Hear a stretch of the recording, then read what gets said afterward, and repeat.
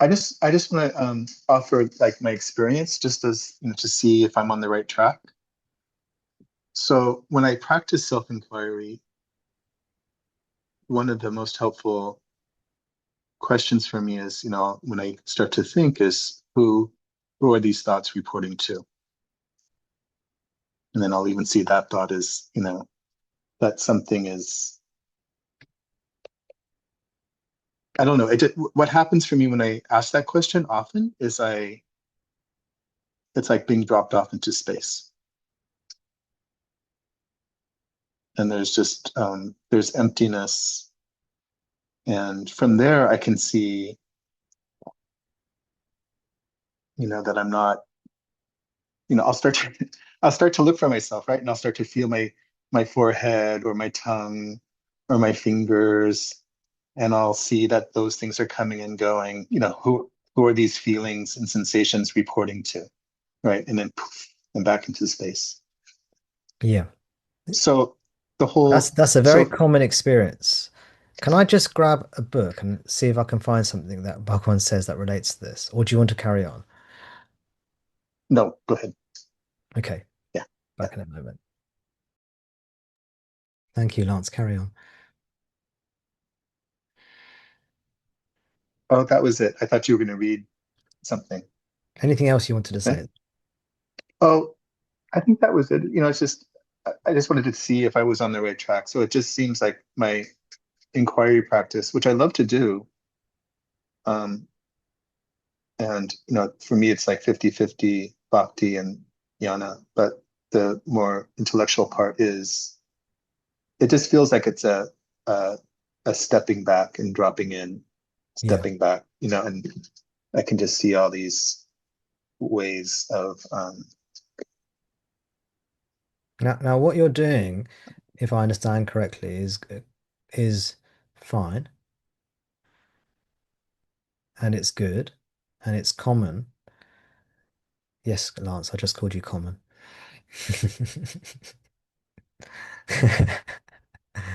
Um, you're not common at all, of course. Special, unique, truthfully. But so what can happen? And let me formulate this. Sometimes we can be doing something in life, or we can be going down a line of thought, and so we say to ourselves, "Who am I?" Or to whom are these thoughts arising? And then it kind of stops us in our tracks. So who is doing all this stuff? Who is thinking the thoughts? I can't find a thinker. And this is how many people do self-inquiry. And there's nothing wrong with this, but it's a great practice if it works for you, if it helps you. I encourage you to carry on. But it's nothing like the depth of true self-inquiry. So this is actually from Be As You Are, which is, as many of you know, is a compilation of Bhagavan's teachings. It's one of the first compilations many people pick up, and it's very good in many ways, but it actually distorts the teachings in very significant ways. And it doesn't, for me, it doesn't really explain self-inquiry very well. You can come away after reading this book, not have a very good understanding of self-inquiry. Here is a question answer. Bhagavan is saying the following. You have to ask yourself the question, who am I? This investigation will lead in the end to the discovery of something within you that is behind the mind. Solve that great problem, and you will solve all other problems. Then there's a question. Question. Seeking the I, there is nothing to be seen. Seeking the I, there is nothing to be seen. This is the questioner. And I think this represents lots of people's experience. It's like, to whom do these thoughts arise? And then it takes you this kind of blank. It's like it stops you in your tracks, which is good. And then I think this questioner is encapsulated this in this question. Seeking the I, there is nothing to be seen. They cannot find the I. Do you see? There's no I. And this is often called no self. Questioner, seeking the I, there is nothing to be seen. Now let us see how Bhagavan Ramana responds to this. Does he say? Let us see how he responds. Does he say, well, let us see. Bhagavan responds, because you are accustomed to identify yourself with the body and sight with the eyes, therefore you say you do not see anything. What is there to be seen? Who is to see? How to see? And there is only one consciousness which, manifesting as I thought, identifies itself with the body, projects itself through the eyes, and sees the objects around. The individual is limited in the waking state and expects to see something different. The evidence of his senses will be the seal of authority, but he will not admit that the seer, the seen, and the seeing are all manifestations of the same consciousness, namely I.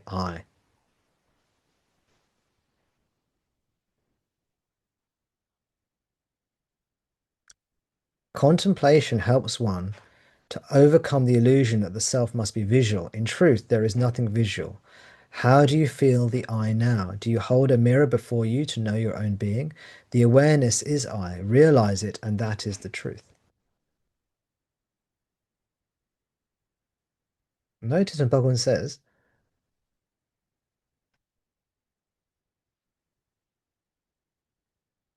there is only one consciousness which, manifesting as I thought means ego or ignorance.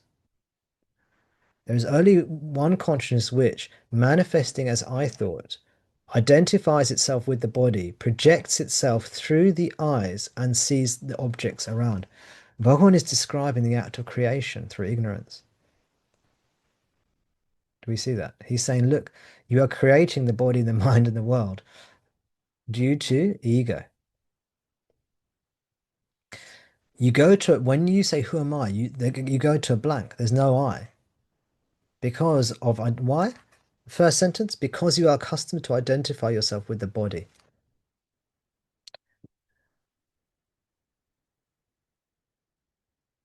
So this is a good practice, Lance, what you're doing, because it's stopping your thought in the tracks. It's stopping the thought wheel going round and round and round. It's taken you to that blankness where you can't find anything. But it is not the true self-inquiry in which we go deep into silence. The only point of self-inquiry is to go deep into silence and discover ourselves. There's a tension in Bhagavan's teachings between these two teachings he gives. One of them is called be still. Yeah. And the other one is called know thyself. And these are the same teaching, but they're two aspects of the teaching. And there is a tension between these two. Because on one hand, be still means do nothing. Yeah. On the other hand, know thyself implies there's something you need to know or do. So now there's a tension. What do I do? Do I know myself or do I be still? Not realizing these two are actually the same. The only way you can be still is by knowing yourself. The only way you can know yourself is through silence. These two go together. There's the tension between these two aspects of teaching. And Bhagavan said the whole of Vedanta teaching can be summarized in this one biblical statement: be still and know that I am God. And this is the tension between these two principles. One is typically called purification, and one is called insight or knowledge. And self-inquiry does both of these for us.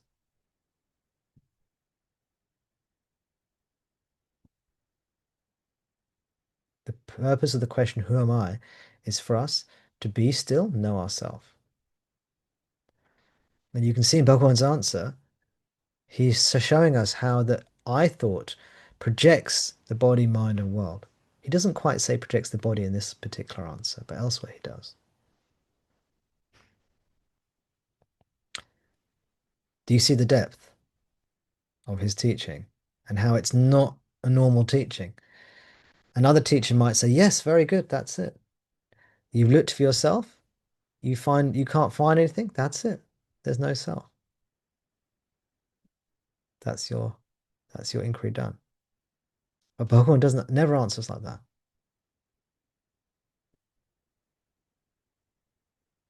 Lance.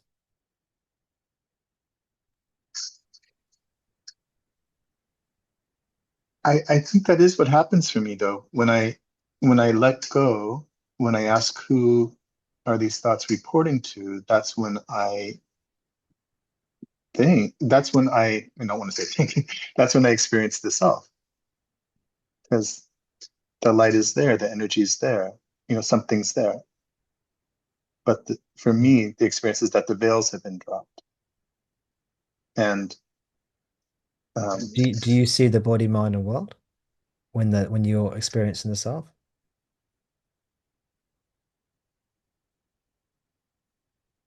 I want to be honest, but honestly, I feel like there are glimpses of not seeing the body, mind, and world. Yeah, good. Yeah. In Who Am Okay. I? Bhagavan says, um,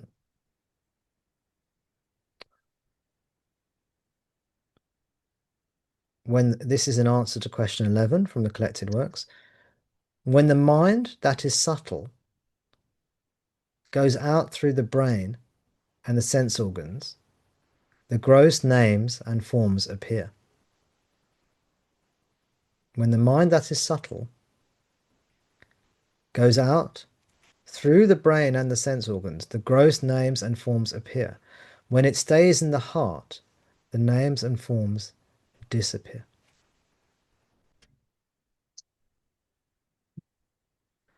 And then a couple of lines later, thus, when the mind stays in the heart, the I, which is the source of all thoughts, will go. He's clearly talking about ignorance or the ego. Whenever he talks about something going, disappearing, in reference to real self-realization, he's talking about the ego or ignorance. When the mind stays in the heart, the I, which is the source of all thoughts, will go. The I, which is the source of all thoughts. The implication is that the I will go and all its consequences will go as well. Everything that flows forth from that will go, that all thoughts will go as well, which he also explains earlier. Thus, when the mind stays in the heart, the I, which is the source of all thoughts, will go, and the self, which ever exists, will shine. Earlier, in answer to question 8, Bhagavan writes, when the mind comes out of the self, when the mind comes out of the self, the world appears. Therefore, when the world appears, the self does not appear. And when the self appears or shines, the world does not appear.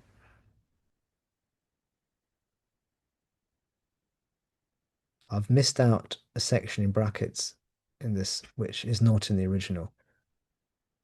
That was put in by the translator erroneously.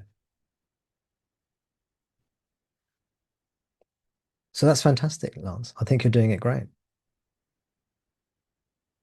And the key thing is just not to stop with the blank and not to stay on the verbal level, which I don't think you're doing.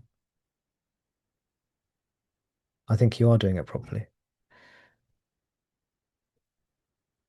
But you gave me the opportunity to give this teaching to everyone. So thank you. Anything you want to say? Oh, no, thank you too. Um, it helps a lot. And it just helps to know that I'm on the right track. And What are you know the two aspects of the teaching that I said. What are they? two aspects of the teaching. Two things that are in tension with each other. The there are two aspects of teaching which are in tension with each other, in apparent conflict with each Mm, other. There's be still,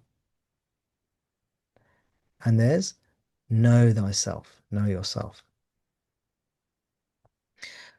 And at any one point in our journey, we will tend to gravitate towards one or the other of these. They're actually the same.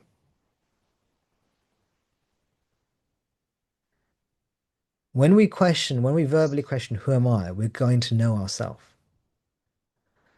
And when we just be still, we're just being still. That's like it's surrender and self-inquiry, or purification and insight.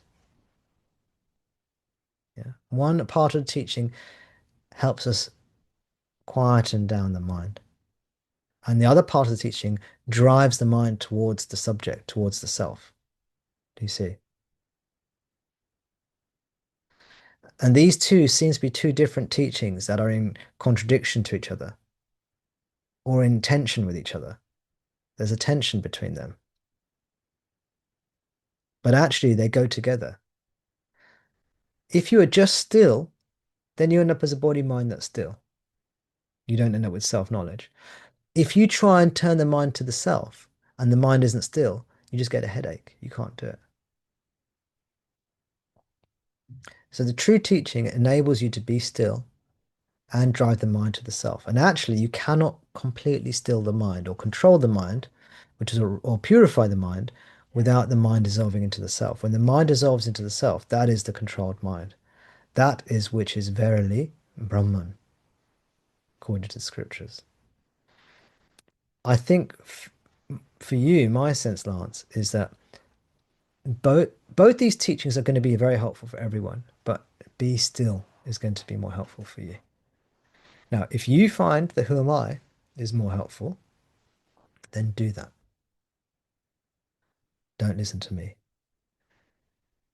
Seriously, you must follow your own heart. But I would suggest that be still is going to be a very useful teacher. Just be still and be still. And then when you're very still, you can drop that pearl of a question, who am I, into the calm lake. And that pearl, as it hits the surface of the calm lake of the mind, has its effect.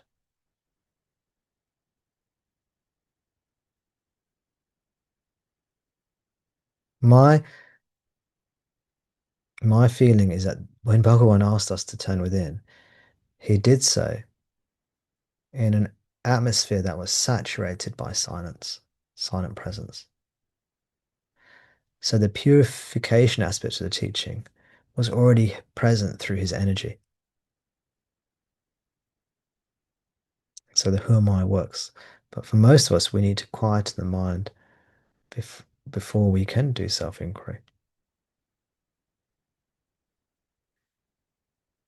which is what Bhagavan writes in Who Am I, with the elephant in the trunk, if you remember these sentences. If you don't, please read up the bit about the elephant in the trunk and holding onto the chain, I think it is. So what you're doing is perfect. I'll just add in, be still. What do you think, Lance? How does that feel to you?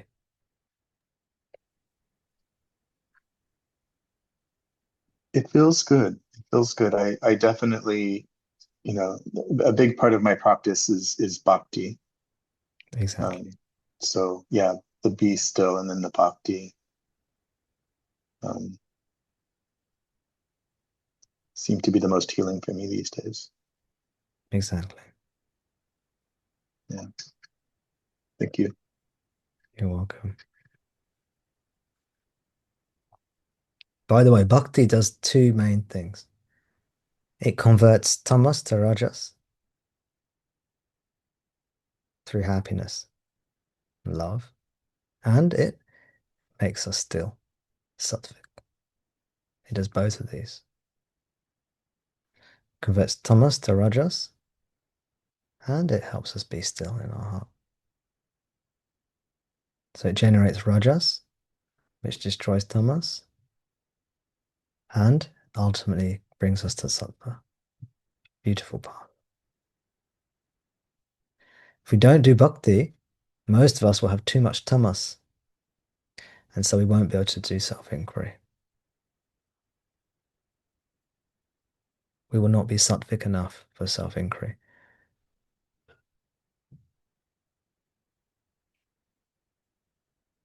That's why we start the satsang nowadays with chanting. Converts our tamas to rajas. Then we have some silence. And then we have some teaching.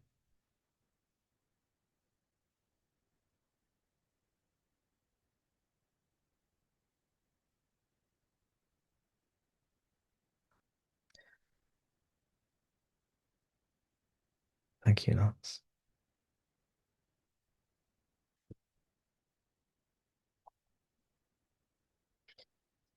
Be still. Know yourself. That is the summation, the summary, the gist, the essence of the teaching. Be still. Know yourself. Bhagavan is here, guiding you, guiding us all. I can't do any of this only because of him. I can even say anything like this. All praise to Bhagavan.